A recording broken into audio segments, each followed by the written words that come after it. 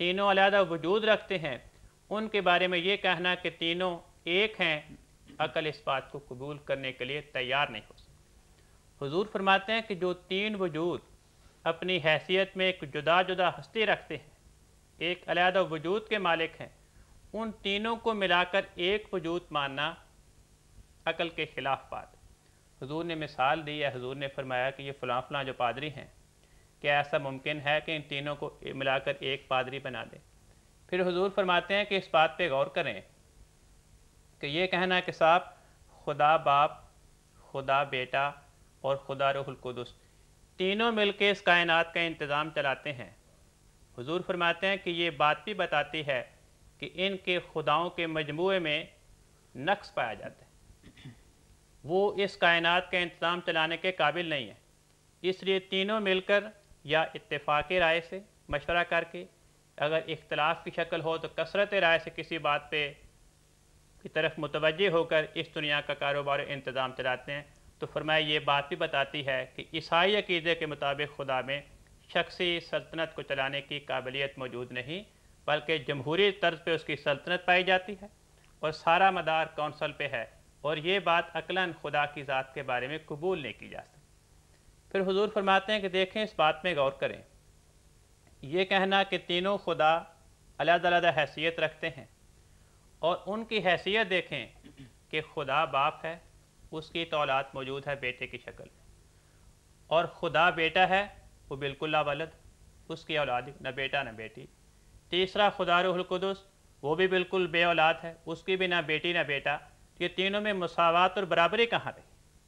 تو حضور فرماتے ہیں کہ تینوں کو مساوی قرار دینا، تینوں میں خدائی صفات کو قبول کرنا، اور پھر ساتھ یہ اقرار کرنا کہ تینوں میں سے ایک صاحب بے اولاد ہے اور دو خدا بے اولاد ہیں، مساوات ختم ہو گئی، اور تثلیث کی بنیاد جو ہے وہ دھڑام سے نیچے گر جاتی۔ پھر فرماتے ہیں کہ دیکھیں اس بات میں غور کریں، یہ کہنا کہ صاحب خدا نے عورت کے پیٹ میں جنم لیا، عورت کے پیٹ سے باہر نکلا، اسے دانت نکلنے کی تکالیف آئیں، خسرہ نکلا، چیچک آئی، بیماریاں ہوئیں، پھر اس کی مخلوق نے اس کو مارا، حتیٰ کہ اسے صلیب پہ لٹکا کے مار دیا۔ جو خدا، اور خدا تو ہوتا ہی وہ جو عظمتوں کا مالک، عظمتوں کے مالک ہستی کے بارے میں یہ خامیاں اور یہ عیب اور یہ کمزوریاں اس کی شان کے خلاف ہے۔ پھر فرمایا کہ ایک طرف تو یہ کہتے ہیں کہ وہ خدا ہے، اور ساتھ ہی یہ کہتے ہیں کہ صاحب وہ ساری رات رو رو کے دعائیں کرتا رہا کہ میں موت سے بچ جاؤں، مگر مسیحی عقیدے کے مطابق اس کی ساری رات کی متضرعانہ دعائیں بھی قبول نہیں ہوئیں، اور وہ مسیحی عقیدے کے مطابق صلیبی موت سے بچ نہیں سکے۔ تو حضور فرماتے ہیں کہ ان ساری باتوں پہ عقلی طور پہ غور کریں تو تثلیث کا عقیدہ قابل قبول نظر نہیں آتا، لیکن حضور فرماتے ہیں کہ دیکھیں پادری اس بات پہ بڑا زور دیتے ہیں، وہ سمجھتے ہیں کہ جو انسان تثلیث کا قائل نہیں، کفارے کے عقیدے کا قائل نہیں، اس کی نجات نہیں ہو سکتی، وہ خدا کی بارگاہ میں قابل سزا ہے۔ حضور فرماتے ہیں یہ بنیادی بات ہے، اس لیے میں چاہتا ہوں کہ اس کا جھگڑا طے ہو جائے اور اس کا ہم خدا کی بارگاہ سے آسمانی طریقے کے مطابق فیصلہ کریں۔ حضور فرماتے ہیں کہ میری جائیداد منقولہ اور غیر منقولہ اس وقت اس کی قیمت 10,000 روپے سے کم نہیں ہے۔ بعض مشہور پادریوں کے نام لیے حضور نے کہ یہ فلاں فلاں پادری، ان میں سے کوئی منتخب ہو جائے، یہ میرے بالمقابل آئیں، اپنے ساتھیوں کو ساتھ لے کر میدان میں جمع ہوں، میں بھی جمع ہوتا ہوں اپنے ساتھیوں کو ساتھ لے کر، اور خدا کی بارگاہ میں دعا کریں گے کہ اے خدا، ایک فریق کہتا ہے کہ تیری ذات میں توحید پائی جاتی ہے اور اسلام کو ماننے کے سوائے انسان کی نجات ممکن نہیں، دوسرا فریق کہتا ہے کہ خدا کی ذات میں تثلیث پائی جاتی ہے اور کفارے کی تعلیم کو ماننے کے بغیر انسان کی نجات نہیں۔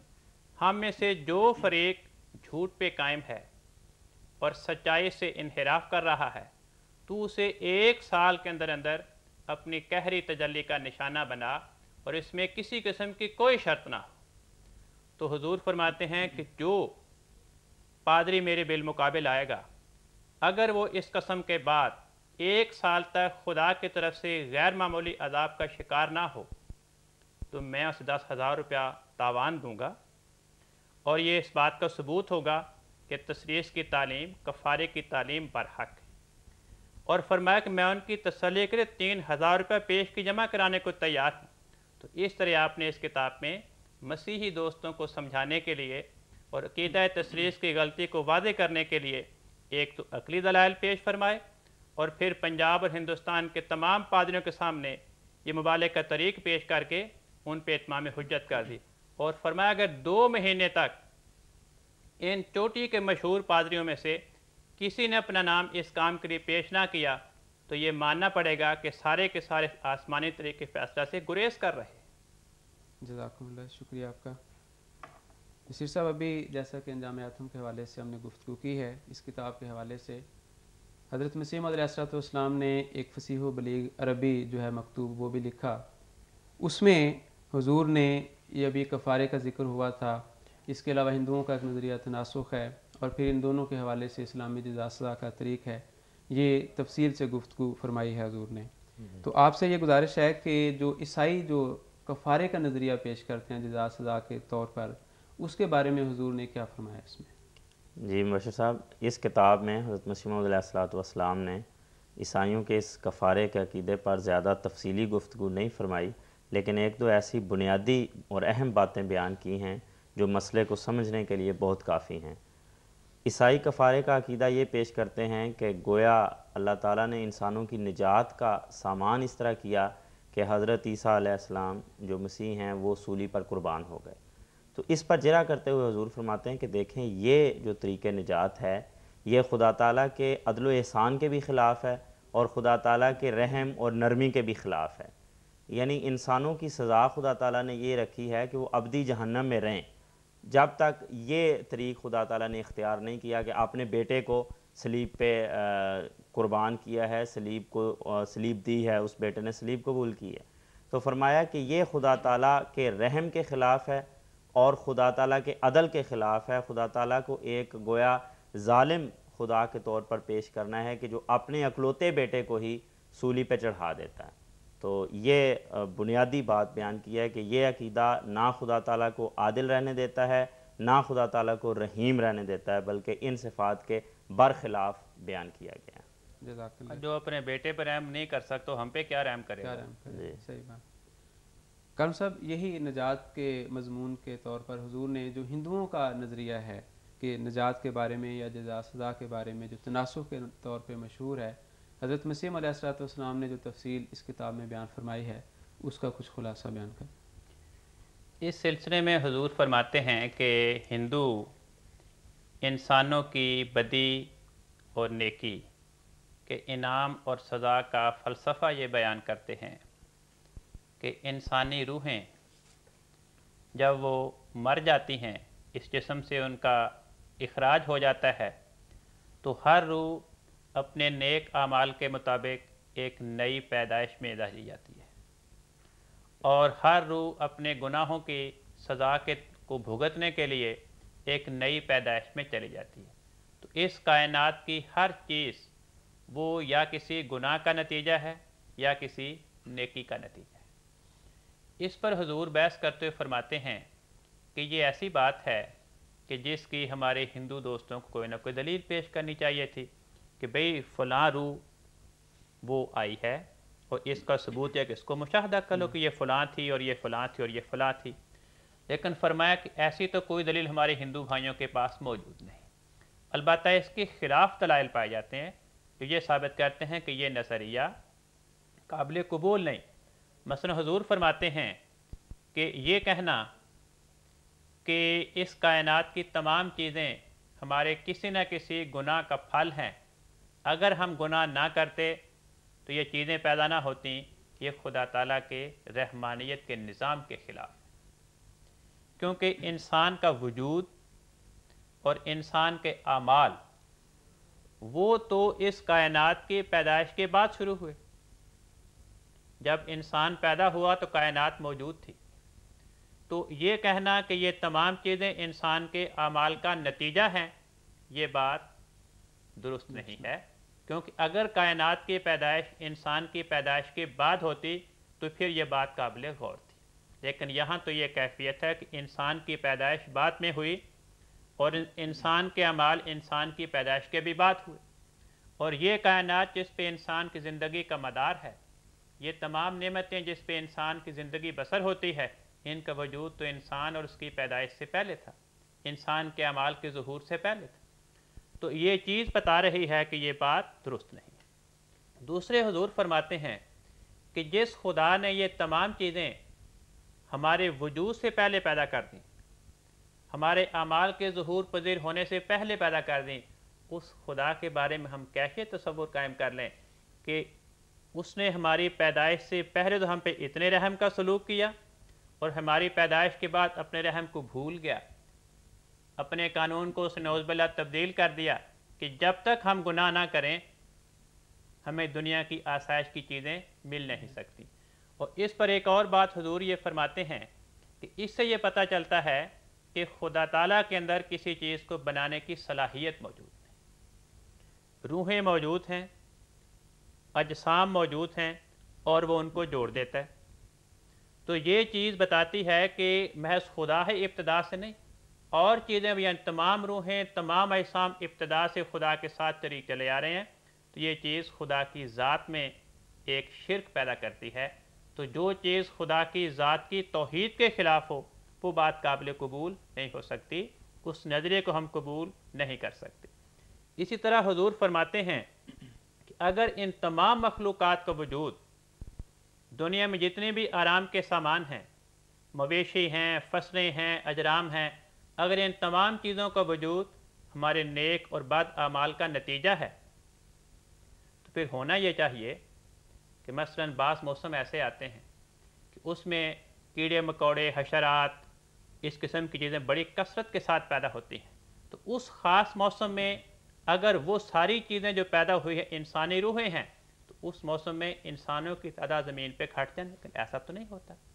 پھر دوسری یہ کہ کیا کبھی ایسا ہوا یا اس بات کی کیا دلیل ہے کہ اس خاص موسم میں انسان گناہ زیادہ کرتے ہیں؟ مثلا برسات کا موسم آتا ہے تو مینڈک ہی مینڈک پیدا ہو جاتے ہیں، پتنگے، کیڑے، حشرات الارض ان گنت تعداد میں ہو جاتے ہیں۔ تو کیا انسانوں نے برسات میں زیادہ گناہ کیے یا انسان زیادہ مر گئے اور وہ ساری روحیں اس برسات کے موسم میں آ کر حشرات کی شکل میں تبدیل ہو گئیں، مینڈکوں کی شکل میں تبدیل ہو گئیں؟ اور پھر اگر یہ تمام چیزیں ہمارے گناہوں کا نتیجہ ہیں تو پتہ یہ چلا کہ خدا تعالیٰ گناہوں کو پسند کرتا ہے۔ اگر ہم گناہ نہ کریں تو یہ چیزیں پیدا نہیں ہوں گی۔ پھر حضور فرماتے ہیں کہ دیکھیں اگر یہ تمام چیزیں، یہ تمام مخلوقات ہمارے گناہوں کا پھل ہے، ہمارے گناہوں کے نتیجے میں انسانی روحیں ان مخلوقات کی شکل میں تبدیل ہوئی تو پھر ہمیں انسانی روحوں کو اس سزا کی شکل سے آزاد کرانے کی کوشش نہیں کرنی چاہیے۔ مثلا انسان اگر بیمار ہے، اسے کوئی تکلیف ہے، کوئی مصیبت ہے، تو پھر ہندو بھائیوں کو اپنی بیماری کا علاج کرانے کی ضرورت نہیں، کیونکہ اگر یہ دکھ پہلے جنم کے گناہوں کا نتیجہ ہے تو پھر ہمیں اس بیماری کو دور کرنے کی، اس تکلیف کو دور کرنے کی کسی دوائی کھانے کی، علاج کرنے کی ضرورت ہی نہیں۔ پھر تو گویا ہم خدا کے نظام اور خدا کے کارخانے کو باطل ثابت کر رہے ہیں۔ اور اگر یہ چیزیں انسانی روحیں ہیں تو پھر ہمیں انسانوں کو آزاد کرانے کے لیے کوشش کرنی چاہیے اور ہمیں گناہ نہیں کرنے چاہیے۔ لیکن وید، خصوصاً رگ وید، ان دعاؤں سے بھرا پڑا ہے کہ ہندوؤں کو یہ دعائیں سکھائی گئیں کہ اے خدا ہمیں کثرت سے گھوڑے دے، ہمیں گائیاں دے، ہمیں مال مویشی دے۔ تو گویا نتیجہ کیا نکلا کہ ہم زیادہ زیادہ گناہ کریں، انسان زیادہ گناہ گار بنے۔ ان کے گناہ گار بننے کے نتیجے میں ان کی روحیں ان کے مرنے کے بعد کوئی گھوڑوں کی شکل میں آئے گی، کوئی گائے کی شکل میں آئے گی، کسی اور جاندار کی شکل میں آئے گی۔ تو یہ بات عقلاً قابل قبول ہے۔ حضور فرماتے ہیں کہ دیکھیں پھر تو انسان کو شادی سے بھی پرہیز کرنا پڑے۔ کیا پتہ کہ جس عورت سے کوئی انسان شادی کر رہا ہے وہ پچھلے جنم میں اس کی ماں ہو، اس کی بہن ہو، اس کی بیٹی ہو، تو یہ بات انسان کی طبیعت میں کراہت پیدا کرتی ہے۔ تو یہ تمام باتیں بتاتی ہیں کہ ہندوؤں کا یہ عقیدہ کہ آواگون، یہ عقیدہ قابل قبول نہیں ہے۔ جزاکم اللہ۔ ابھی کچھ گفتگو ہم نظم کے بعد کریں گے انشاءاللہ تعالی، تو ابھی گفتگو ہماری جاری رہے گی۔ اس دوران حضرت مسیح موعود علیہ الصلوۃ والسلام کا منظوم کلام آپ سماعت فرمائیں۔ علمی من الرحمن ذی الآلاء بالله حوط الفضل لا بدهائي بشرى لنا إنا وجدنا مونسا ربا رحيما كاشف الغماء نختار آثار النبي وأمره نقفو كتاب الله للآراء إنا براء في مناهج دينه من كل زنديق عدو دهائي أنسيت كيف حمى القدير كليمه أو ما سمعت مآل شمس هرائي مت بالتغيظ واللظايا حاسدي إنا نموت بعزة كعسائي ظهرت من الرحمن آيات الهدى سجدت لها من العرفاء يسعى الخبيث ليطفئ أنوارنا والشمس لا تخفى من الإخفاء ربيت من در النبي وعينه أعطيت نورا من سراج هرائي الله أيدني وصافى رحمة وأمدني بالنعم والآلاء نسعى كفتيان بدين محمد لسنا كرجل فاقد الأعضاء على المهيمن هممنا في دينه نبني منازلنا على الجوزاء نبني منازلنا على الجوزاء۔ اب ان اشعار کا ترجمہ پیش خدمت ہے۔ میرا علم خدائے رحمان کی طرف سے ہے جو نعمتوں والا ہے۔ میں نے خدا کے ذریعے فضل الہی کو حاصل کیا ہے، نہ کہ عقل کے ذریعے۔ ہمارے لیے خوشخبری ہے کہ ہم نے مونس اور غمخوار خدا کو پا لیا ہے جو رب و رحیم ہے، غم و مصیبت کو دور کرنے والا ہے۔ ہم نبی کریم صلی اللہ علیہ وسلم کے آثار اور آپ کے حکم کو اختیار کر رہے ہیں۔ ہم کتاب اللہ کی پیروی کرتے ہیں، نہ کہ دوسری آراء کی۔ ہم اس دین کی راہوں میں ہر زندیق اور عقل کے دشمن سے بیزار ہیں۔ کیا تو بھول گیا ہے کہ کس طرح قادر خدا نے اپنے کلیم موسیٰ کی حمایت کی، اور کیا تو نے غار حرا کے سورج کے انجام کو نہیں سنا؟ اے میرے حاسد، تو غضب اور آگ کی لپیٹ سے مر جا، ہم تو قائم و دائم عزت کے ساتھ مریں گے۔ خدائے رحمان کی طرف سے ہدایت کے نشان ظاہر ہو گئے ہیں، اور ان نشانوں کی وجہ سے عارفوں کے گروہ خدا کے حضور سجدہ ریز ہو گئے ہیں۔ خبیث کوشش کرتا ہے کہ ہمارے انوار کو بجھا دے، لیکن آفتاب تو چھپائے چھپ نہیں سکتا۔ میں نبی کریم صلی اللہ علیہ وسلم کے دودھ اور آپ کے چشمے سے پلا ہوں، اور غار حرا کے آفتاب سے مجھے نور عطا کیا گیا ہے۔ اللہ نے میری تائید کی ہے اور اپنی رحمت سے دوست بنایا ہے، اور مجھے قسم قسم کی نعمتوں سے مدد دی ہے۔ ہم جوانوں کی طرح دین محمد کے لیے کوشاں ہیں، ہم ایسے آدمی کی طرح نہیں جو بے دست و پا ہو۔ خدائے نگہبان نے ہماری ہمتوں کو دین کے بارے میں بلند کر دیا ہے، اور ہم اپنی منزلیں برج جوزا پر بنا رہے ہیں۔ جزاکم اللہ حسن الجزا۔ ابھی آپ حضرت اقدس مسیح موعود علیہ الصلوۃ والسلام کا منظوم کلام سماعت فرما رہے تھے۔ مکرم مقبول احمد صاحب یہ نظم آپ کو سنا رہے تھے۔ ہم اپنی گفتگو کو دوبارہ شروع کرتے ہیں۔ محترم کالم صاحب، جیسا کہ ابھی ذکر ہوا ہے کہ حضرت مسیح موعود علیہ الصلوۃ والسلام نے جزا سزا کے جو نظریات ہیں، عیسائیوں کا کفارہ ہے، ہندوؤں نے تناسخ کے رنگ میں اس کی تفصیل بیان کی ہے۔ حضرت مسیح موعود علیہ الصلوۃ والسلام نے جہاں ان دونوں کی تردید کی ہے، وہاں اسلامی جو نظریہ ہے جزا سزا کا، وہ آپ نے کیا بیان فرمایا ہے؟ اس سلسلے میں حضور فرماتے ہیں کہ اسلام یہ کہتا ہے کہ یہ جہان اس پہ دوام نہیں ہے۔ ایک وقت آئے گا کہ یہ جہان، یہ دنیا اس پہ فنا آئے گی، اور ایک نئی دنیا تشکیل پائے گی، اس پہ فنا نہیں آئے گی۔ اس کا کہیں کنارہ نہیں، کہیں اس کی انتہا نہیں۔ پھر حضور فرماتے ہیں کہ قرآن کریم ہمیں یہ بتاتا ہے کہ انسان دو قسم کے ہیں جو خدا کی بارگاہ میں انعامات کے وارث قرار پاتے ہیں۔ ایک وہ ہیں جو از خود خدا کی خاطر اپنا مال قربان کرتے ہیں، اپنی جان قربان کرتے ہیں، خود ہر قسم کی تکلیف کو گوارا کر لیں گے، بھوک گوارا کر لیں گے، لیکن دوسروں کی ضروریات کو پورا کرتے ہیں، نمازیں، روزے، اس قسم کے نیکی کے کام کو بجا لاتے ہیں۔ تو قرآن کریم فرماتا ہے کہ اس قسم کے کام کرنے والے، اللہ کی خاطر اپنے وجود پہ خود تکالیف کو وارد کرنے والے، وہ خدا کی بارگاہ میں خدا کے انعامات کے وارث قرار پاتے ہیں۔ دوسرے قسم کے افراد وہ ہیں کہ ان پہ خدا تعالیٰ قسم کے مصائب وارد کرتا ہے، ان پہ آفات کا نزول ہوتا ہے، اور یہ لوگ ان مصائب کے آنے پر، ان آفات کے وارد ہونے پر صبر کا نمونہ پیش کرتے ہیں۔ تو ان آفات میں ان کا صبر، مصائب میں ان کی استقامت، وہ ان کی نیکیوں کی شکل میں تبدیل ہو جاتی۔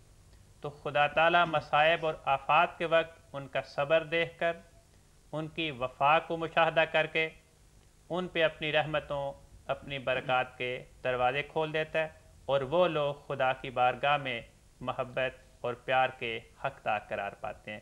تو یہ موٹا طریق قرآن کریم کا جو جزا اور سزا کے بارے میں ہے، یہ حضور نے یہاں پہ بیان فرمایا۔ جزاکم اللہ۔ تو آپ دونوں بزرگوں کا بہت شکریہ کہ آپ تشریف لائے اور آپ نے انجام آتم کے کچھ مضامین سے ہمارے ناظرین کو آگاہی بخشی۔ فجزاکم اللہ احسن الجزا۔ تو ناظرین، انجام آتم کے بارے میں ابھی کچھ اور گفتگو ہم انشاءاللہ تعالی اگلے پروگرام میں آپ کی خدمت میں پیش کریں گے۔ تو تب تک کے لیے ہمیں اجازت دیں۔ اللہ حافظ۔